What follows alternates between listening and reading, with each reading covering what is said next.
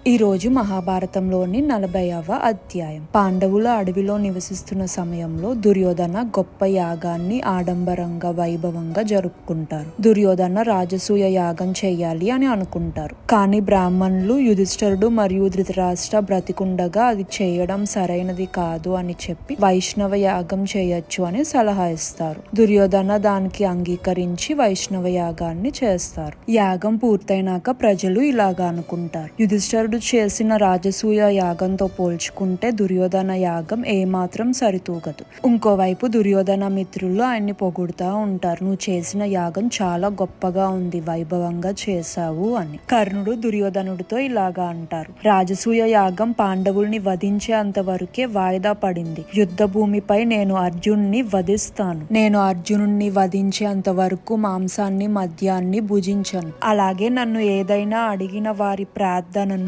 తిరస్కరించను. కర్ణుడు సభలో తీసుకున్న గంభీరమైన ప్రతిజ్ఞ అలాంటిది. కర్ణుడు ప్రతిజ్ఞకు ధృతరాష్ట్ర కొడుకులు సంతోషంగా అరుస్తూ ఉంటారు: కర్ణుడు గొప్ప వీరుడు, కర్ణుడు గొప్ప వీరుడు అని. గూఢాచారులు అడవిలో ఉన్న పాండవులకి కర్ణుడు ప్రతిజ్ఞ గురించి చెప్తారు. యుధిష్ఠిరుడు ఆందోళనకి గురవుతాడు. కర్ణుడు దివ్య కవచంతో జన్మించాడు, ఎలాంటి సందేహం లేకుండా ఆయన గొప్ప వీరుడు. అలా ఒక రోజు తెల్లవారుజామున యుధిష్ఠిరుడికి ఒక కల వస్తుంది. యుధిష్ఠిరుడు కలలో అడవిలో నివసిస్తున్న జంతువులు ఆయన్ని వేడుకుంటాయి: మా అందరినీ నాశనం చెయ్యకండి, దయచేసి వేరే అడవికి వెళ్ళిపోండి. దానివల్ల పాండవులు వేరే అడవికి వెళ్ళిపోతారు. అలా ఒక రోజు దుర్వాస మహర్షి దుర్యోధనుడి దగ్గరికి వస్తారు, ఆయన 10,000 శిష్యులతో కలిసి. దుర్వాస మహర్షి కోపం తెలిసిన దుర్యోధనుడు ఆయన్ని చాలా జాగ్రత్తగా చూసుకుంటారు, అన్ని మర్యాదలు చేసి. దుర్యోధన ఆతిథ్యానికి మెచ్చి దుర్వాస మహర్షి ఆయన్ని ఒక వరం కోరుకోమని అంటారు. ఆ మాట విన్నాక దుర్యోధన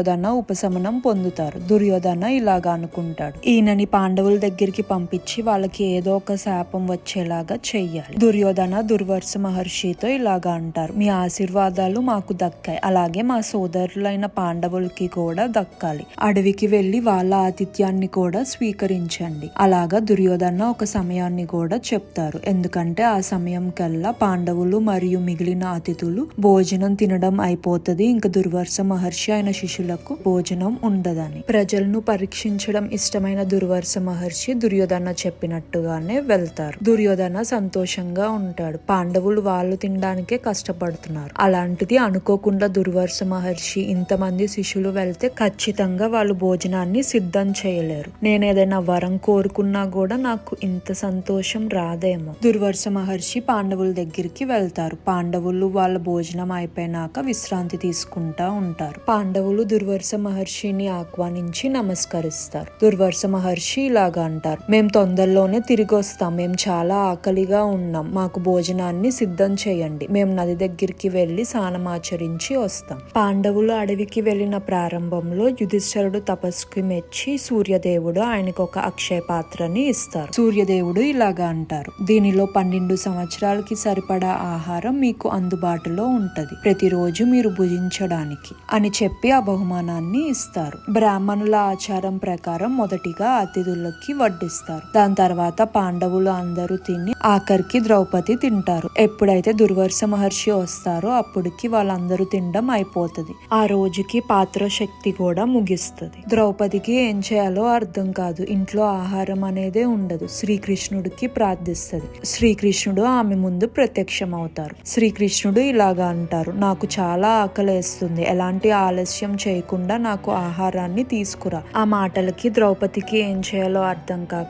ఏడుస్తారు. ఆవిడ ఇలాగా అంటారు: కృష్ణ, ఎందుకు నువ్వు ఇలాగా అంటున్నావు?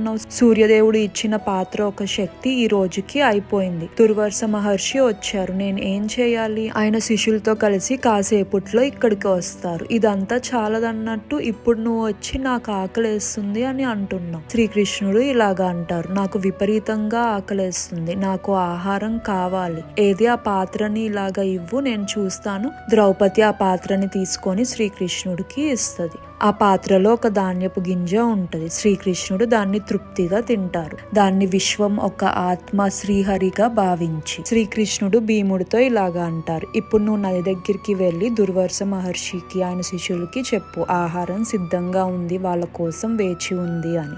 భీమసేనకి అర్థం కాదు, కానీ శ్రీకృష్ణుడి మీద నమ్మకంతో దుర్వాస మహర్షి దగ్గరికి వెళ్తారు. దుర్వాస మహర్షి శిష్యులందరూ ఆశ్చర్యంలో ఉంటారు. వాళ్ళు ఇలాగా అంటారు, మనం యుధిష్ఠరుని ఆహారం సిద్ధం చేయమని చెప్పాం, కానీ ఇప్పుడు మేము ఏమీ తినలేం, మా కడుపంతా తృప్తిగా ఉంది. దుర్వాస మహర్షికి ఏం జరిగిందో అర్థమైంది. ఆయన ఇలాగా అంటారు, మా భోజనం తినడం అయిపోయింది, యుధిష్ఠరుని మమ్మల్ని క్షమించమని చెప్పు అని చెప్పి వాళ్ళు వెళ్ళిపోతారు. వివరణ ఏమిటంటే విశ్వమంతా శ్రీకృష్ణుడిలోనే ఉంది కాబట్టి ఒక్క బియ్యపు గింజతో ఆయన సంతృప్తి చెందడం వల్ల ఋషితో సహా అన్ని జీవుల ఆకలి తీరుతుంది. మహాభారతంలో ఇంకా అనేకమైన విషయాలు మీకోసం ఉన్నాయి. తెలుసుకోవాలంటే సబ్స్క్రైబ్ చేసుకొని ఆల్ అని సెలెక్ట్ చేసుకోండి. నచ్చితే లైక్, కమెంట్ అండ్ షేర్ చేయండి. మన ఇతిహాసాన్ని అందరికీ తెలిసేలా చేద్దాం.